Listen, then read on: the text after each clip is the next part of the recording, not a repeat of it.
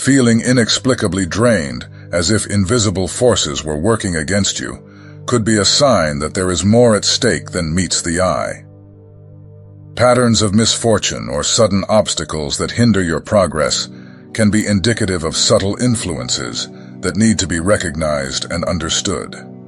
There are times in the lives of the chosen ones when everything seems to go wrong. Everything bad seems to come at once. A stable life situation falls apart for no apparent reason, from one moment to the next. It could be an unexplained emotional breakup or an unexpected loss. A fierce enemy can suddenly appear, sometimes within the family itself. Strange pains in the body, or even an illness with no explainable cause that no doctor can cure are worrying signs. This situation can spread and affect all areas of the chosen one's life, one by one. This could be a coincidence of negative situations. However, if you persist in this path, unfortunately, it could be a sign that you are being victimized by macumbas and spells. But calm down. It's nothing that involves invoking evil spirits or sacrificing animals. In fact, a spiritual attack can happen when we are emotionally and energetically unbalanced, allowing denser energies to approach us. The spiritual reality is that our battle is not against human beings. No, we fight against more dangerous and treacherous enemies, evil spiritual forces that are in the shadows, seeking to bring us down. The enemy knows our weaknesses, our fears, our doubts. He is a cunning and crafty adversary, always around, always looking for a weak point in our defenses. It is in the mind that the enemy launches his most severe attacks. He whispers lies and doubts, stirs up our fears, and tries to convince us that we are alone, that we are unloved, that we are unworthy. These attacks are like flaming arrows, each one designed to knock us off course, to take us away from the light and love of Jesus. There is no shortage of envious people and enemies in this world, so we must always choose well the friendships that accompany us. But it's not always possible to know who is envying you and giving you the evil eye, or even doing macumba to harm your life. They can be people you know from your circle of friends, or people you don't even know, but who covet something you have. Join us on this journey of spiritual discovery and empowerment. The first sign to identify when witchcraft is attacking the life of a chosen one is the rejection and belittling of the people around them. This happened to me and probably to around 70% of the people watching this video. When you give your life to Christ and turn away from deliberate sin, repenting, people start to look down on you, speak badly of you, and say absurd things about your change. You decide to no longer live your life according to worldly and carnal desires. This is not only behavior observed among friends and co-workers, but also among the people closest to you, your own parents, siblings, those within your own household, and even your romantic partner. This kind of behavior is a form of witchcraft because it messes with your mind and your feelings. You begin to question whether you are doing the right thing by turning away from sin and dedicating your life to Christ. We all know internally that we were created to worship the Most High. When people belittle you and play games with your mind, questioning your faith and calling you crazy, this is a form of witchcraft. It's essential to be able to identify this tactic. For me, after 6 years, it doesn't bother me anymore because they use other tactics. But for all of you who are starting to learn about the truth, the demonic matrix we live in, and trying to wake up from it, believe me, this is one of the tactics Satan uses. He uses the people closest to you to make you think you're crazy, that what you're doing is wrong. There are many biblical examples that illustrate this reality. In the book of Job, we see a righteous and upright man who, when attacked by Satan, loses everything and faces the rejection of his friends and even his wife, who tells him, Do you still retain your integrity? Curse God and die. Job, however, remains firm in his faith, recognizing that his struggle is not against flesh and blood, but against spiritual forces of evil. Another example is that of Jesus Christ, who, when he began his ministry, faced the rejection and disbelief of many, including his own family. In Mark 3:21 we read, "When his own people heard of it, they went out to seize him, for they said, 'He is out of his mind.'" Jesus also warned that his followers would face persecution and rejection, and so a man's enemies will be those of his own household. These biblical examples show that rejection and belittling from those closest to us can be forms of spiritual attack, designed to destabilize our faith and pull us away from our divine purpose. Recognizing these tactics and standing firm in your faith is essential for overcoming challenges and growing spiritually. The second sign that sorcery is attacking the life of a chosen one is excessive and treacherous flattery. This is something the Most High revealed to me a few months ago, confirming something I already knew in the back of my mind. When people use flattery to get close to you, they usually have hidden and treacherous intentions. Those who belong to Satan's kingdom or are in bondage due to their lifestyle, deliberate sin, or religious spirit often use flattery as a tactic to infiltrate your life. They try to get close to you by offering gifts and giving you lots of compliments. It's important to discern whether someone is genuine or has hidden intentions. Showing love to a brother or sister is a good thing, but when flattery is used for manipulation, it's a form of witchcraft. If you have eyes to see, you don't even need ears to hear, because you can spot a sycophant from afar. I once heard something that struck me. The sycophant is false and dangerous. He's a bag puller, like a coal. When it's off, he'll dirty you. When it's on, he'll burn you. Beware of people who come to you to talk badly about other people. Those people who come up to you like this. "I won't even tell you. I wanted to tell you that I found out this and that about so-and-so." They talk as if finding out about the other person is something very important. This is typical of a gossip. In general, a gossip is a sycophant. The typical gossip never seeks you out to speak well of someone. Be careful, don't fool yourself. The person who seeks you out to badmouth someone will one day do the same thing to you. They'll badmouth you to someone else. The sycophant comes into your life making you feel like the best person in the world. You are the best, the most beautiful, the most talented, the most intelligent. You have the greatest gift, an anointing that no one else has. And he feeds that. Because when you're dominated by vanity, the flatterer uses your vanity, and believe me, you go blind. Because you become addicted to thinking you're the best, and you open doors for his flattery to take hold. The sycophant is excessive. You can like a person and even praise them, but it's not done in such an exaggerated and blatant way that it makes the people who see it feel uneasy. Do you know where we see this a lot? On social media. Yes, I feel repulsed when I see some posts by sycophants. It's a showcase for them.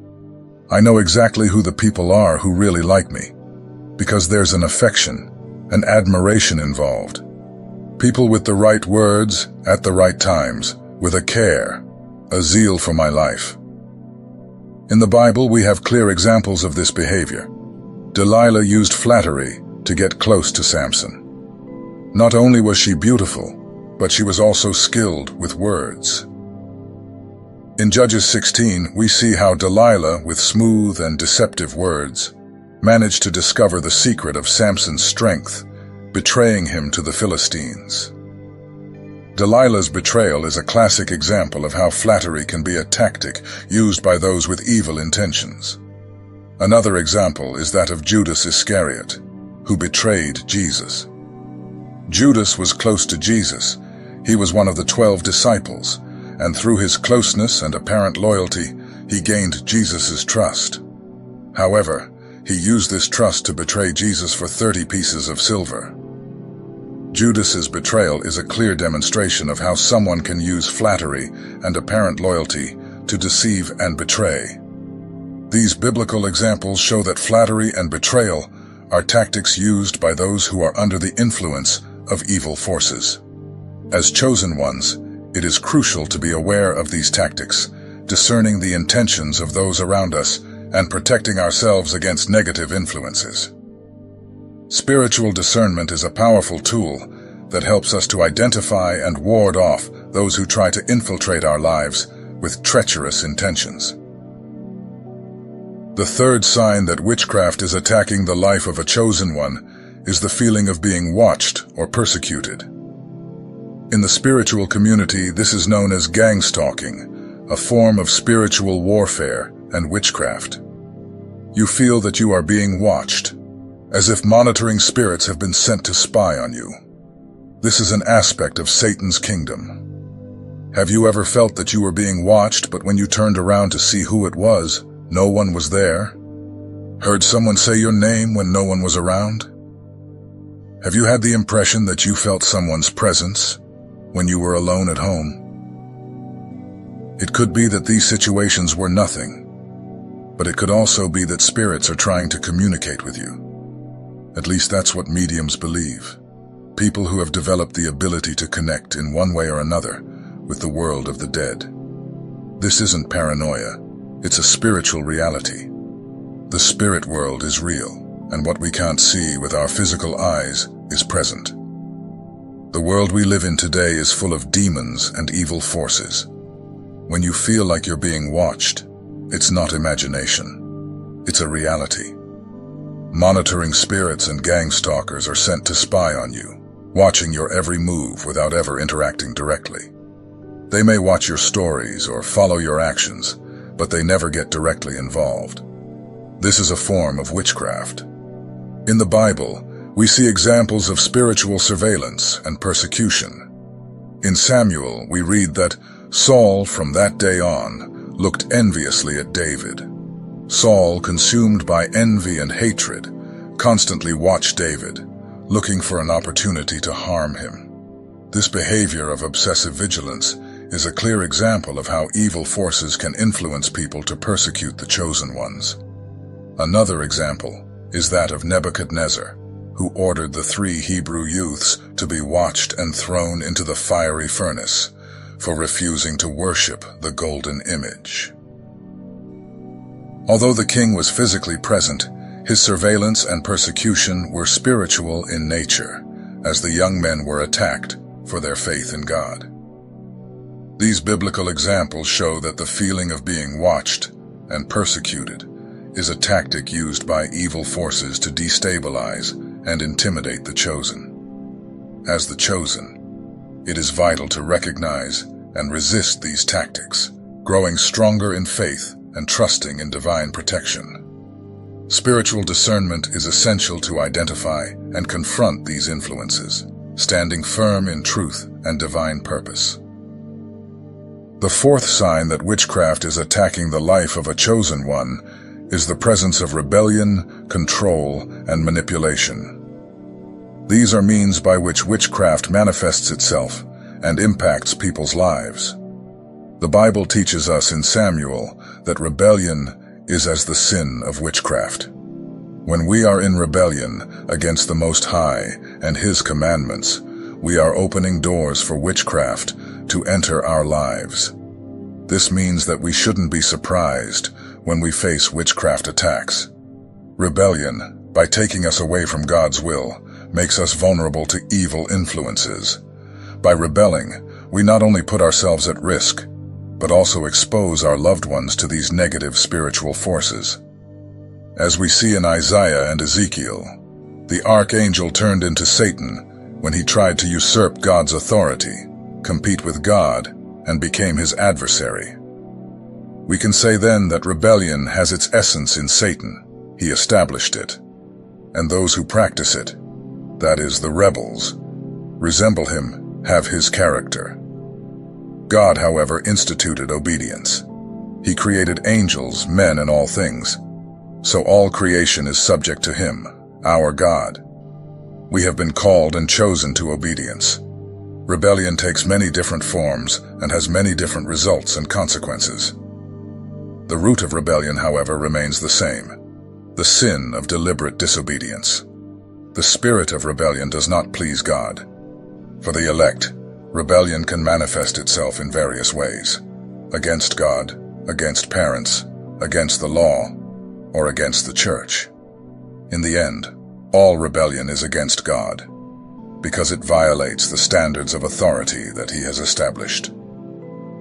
In the Bible, we find clear examples of how rebellion can open the door to witchcraft. One example is the story of King Saul. He disobeyed God's instructions, and as a result, the Spirit of the Lord departed from him, and an evil spirit began to torment him. Saul's rebellion against God's orders opened the door to the influence of evil spirits in his life. Another example is that of Korah, Dathan, and Abiram, who rebelled against Moses and Aaron in the desert. This rebellion was seen as a direct affront to God's authority, and the punishment was severe, with the earth opening up and swallowing the rebels. Their rebellion was not just against Moses, but against God Himself, demonstrating how rebellion is seen as a serious sin that attracts negative spiritual consequences. These biblical examples show us the seriousness of rebellion and how it can attract evil influences, including witchcraft. As chosen ones, it is vital to recognize the importance of obeying God's commandments and avoiding behaviors of rebellion, control, and manipulation. By standing firm in faith and obedience, we protect ourselves and our loved ones from the negative spiritual forces that seek to divert us from our divine purpose. The fifth sign that witchcraft is attacking the life of a chosen one is constant nightmares. When you are trying to do the right thing, following the narrow path and seeking holiness, Satan goes after you. He only bothers those who are trying to live according to God's will. If he's not bothering you, maybe it's time to question what you're doing. Constant nightmares are a form of spiritual attack, and they can be a sign that you're on the right path but facing opposition. Even if you make these videos, the attacks come. Satan doesn't want us to expose his tactics, so he uses weak people to exhaust, hurt, and betray us. But that is precisely why we are called to put on the armor of God and fight against the powers that be. In the Bible, we see how dreams and visions can be areas of spiritual battle. In Daniel, the prophet Daniel experiences a disturbing vision and needs angelic intervention to understand and resist the spiritual forces that are trying to prevent divine revelation. The spiritual struggle is real and can manifest itself even in our dreams. Another example is that of Job, who, when facing intense attacks from Satan, mentions how terrifying his dreams became. "Then you frighten me with dreams and haunt me with visions." Job's nightmares were part of the attacks he suffered, trying to derail his faith and trust in God. These biblical examples show that nightmares can be a form of spiritual attack. As chosen people, we need to be vigilant and prepared, putting on the armor of God as described in Ephesians. This includes truth, righteousness, peace, faith, salvation, and the Word of God, which are our defenses against the snares of the evil one. By keeping our faith firm and seeking divine protection, we can resist spiritual attacks, including nightmares, and continue our journey towards holiness and divine purpose. The sixth sign that witchcraft is attacking the life of a chosen one is the use of gaslighting by witches and wizards as a form of mind control. Gaslighting is a manipulative technique where, when you confront someone about a lie, they reverse the situation, making you believe that it is you who is lying. This is witchcraft because it involves mind games designed to destabilize and control you. Witches and sorcerers use gaslighting to create confusion and doubt in the minds of their victims, making them question their own perception and sanity.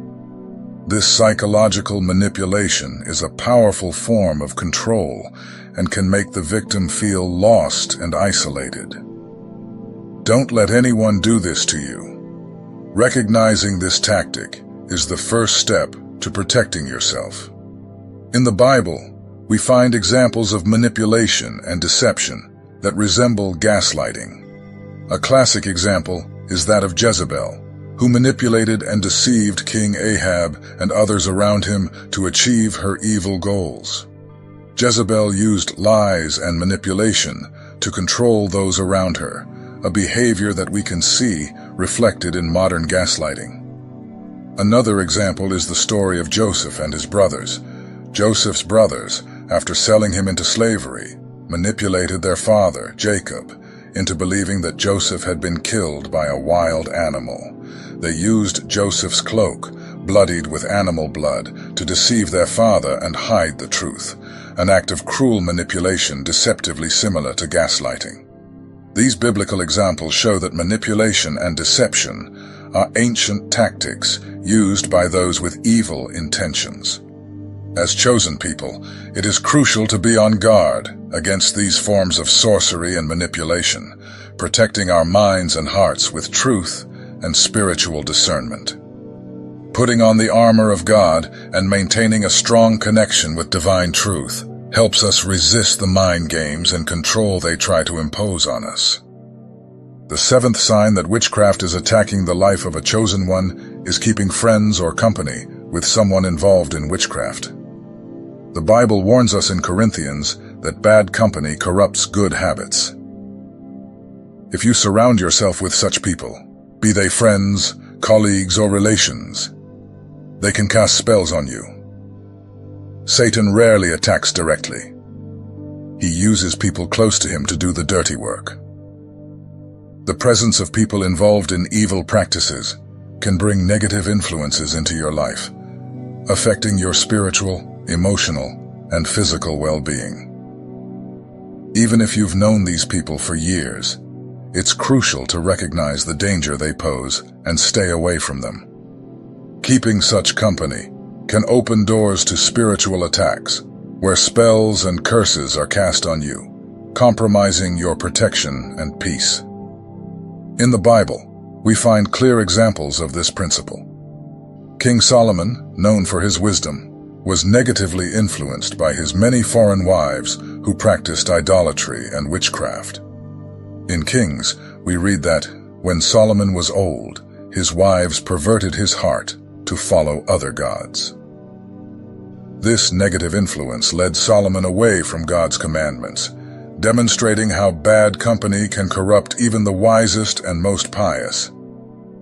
Another example is Ahab, who married Jezebel, a woman deeply involved in witchcraft and idolatry. Jezebel influenced Ahab to practice idolatry and to turn away from the God of Israel, resulting in serious consequences for the kingdom of Israel. Ahab's association with Jezebel brought destruction and judgment, showing how keeping company with people involved in evil practices can have devastating consequences. These biblical examples reinforce the importance of choosing well the people with whom we associate. As chosen ones, we must be vigilant and protect our holiness and spiritual integrity by staying away from negative influences. Keeping our faith strong and our connection with God helps us to discern and resist Satan's tactics, keeping us on the path of righteousness and divine peace. So, my friends, when you recognize the signs that you may be under attack by witchcraft, it's important not to despair or look for superficial solutions, such as amulets or offerings. The best remedy against any kind of spiritual attack is always self-knowledge and the search for internal harmonization. Get to know your emotions, work through your traumas, and keep your energy up. For the chosen ones, remember, the laws of the universe are wise and just. If something is happening in your life, it's because you need to go through it in order to evolve as a human being and as a servant of God. Don't let yourself be shaken by the signs of spiritual attack, but use them as tools to improve your self-knowledge and walk towards the light. In our walk of faith, We are confronted daily with invisible battles. These are struggles not against flesh and blood beings, but against principalities and powers, against spiritual forces of wickedness in heavenly places. On the stage of the mind, the battle is fought. Our adversary, the devil, employs all his cunning tactics, looking for loopholes, trying to penetrate our defenses to lead us into fear, doubt, and hopelessness. But it's important to remember that we, the chosen ones, are not defenseless in this battle. We are not just spectators. We are, as Paul writes in his letter to the Ephesians, called to put on the whole armor of God. The armor of God is not just protection. It is a testimony to our relationship with Him. It symbolizes our dependence on God, our need for His guidance, His strength, and His protection. Only with the armor of God, with open hearts and willing spirits, can we resist the devil's attacks on our minds and stand firm in our faith. Thank you for watching and being part of this journey. Don't forget to like it, comment if this content resonated with you, and subscribe for more content like this. Until the next video, my friends.